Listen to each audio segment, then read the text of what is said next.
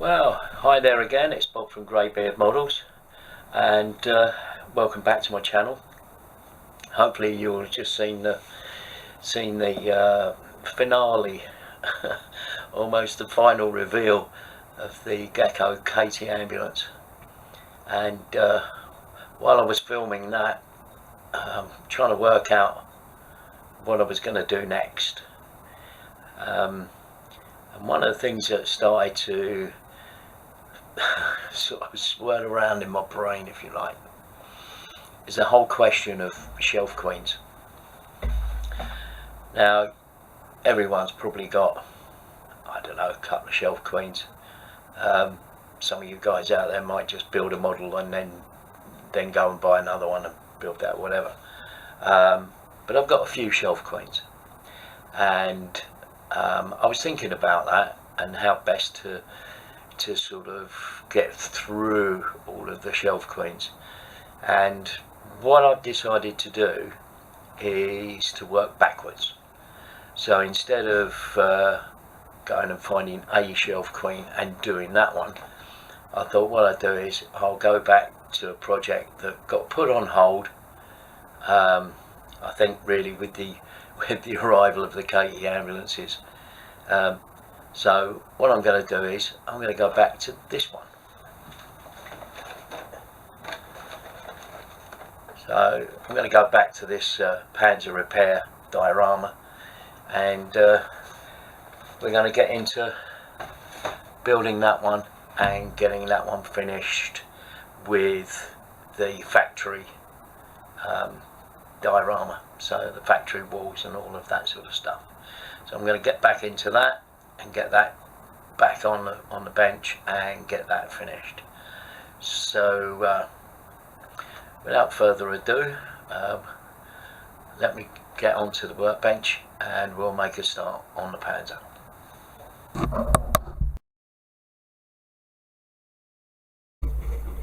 Okay, so here we are at the bench. Bit of a clutter here, as you can see. It's mainly because I've brought everything onto the bench just so you can see what I'm doing.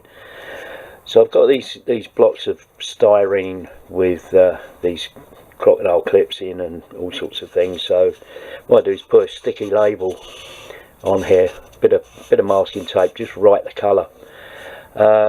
And the reason for that is just so that I don't get confused. And then, you know, because I'm old. Anyway, so there I know that all this had to be sort of brown. So all of that's been painted brown, as many as I can fit on there. So that's sort of that lot.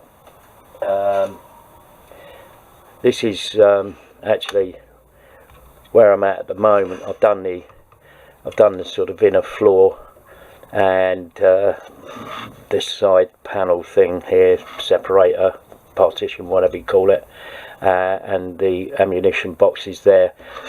Decided to put the covers on those because I quite like the idea of it being covered.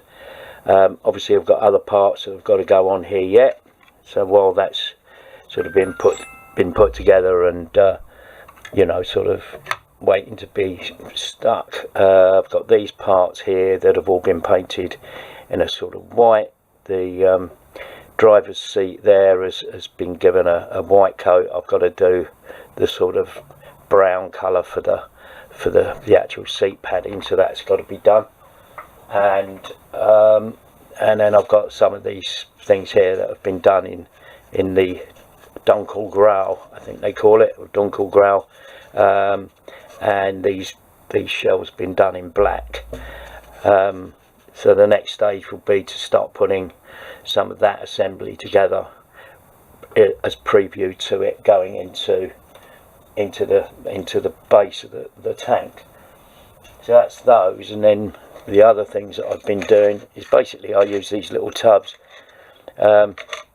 which is a really neat idea. If you've got hold of these, they're good. So what I do is I'll put a bit of masking tape on there, write the colour of the part, and then what I do is just basically as I cut off and trim the parts as required for painting, they go into the pots of the colour that they're going to be painted, and then I can set up my paint runs with the parts and you know, have them all sorted.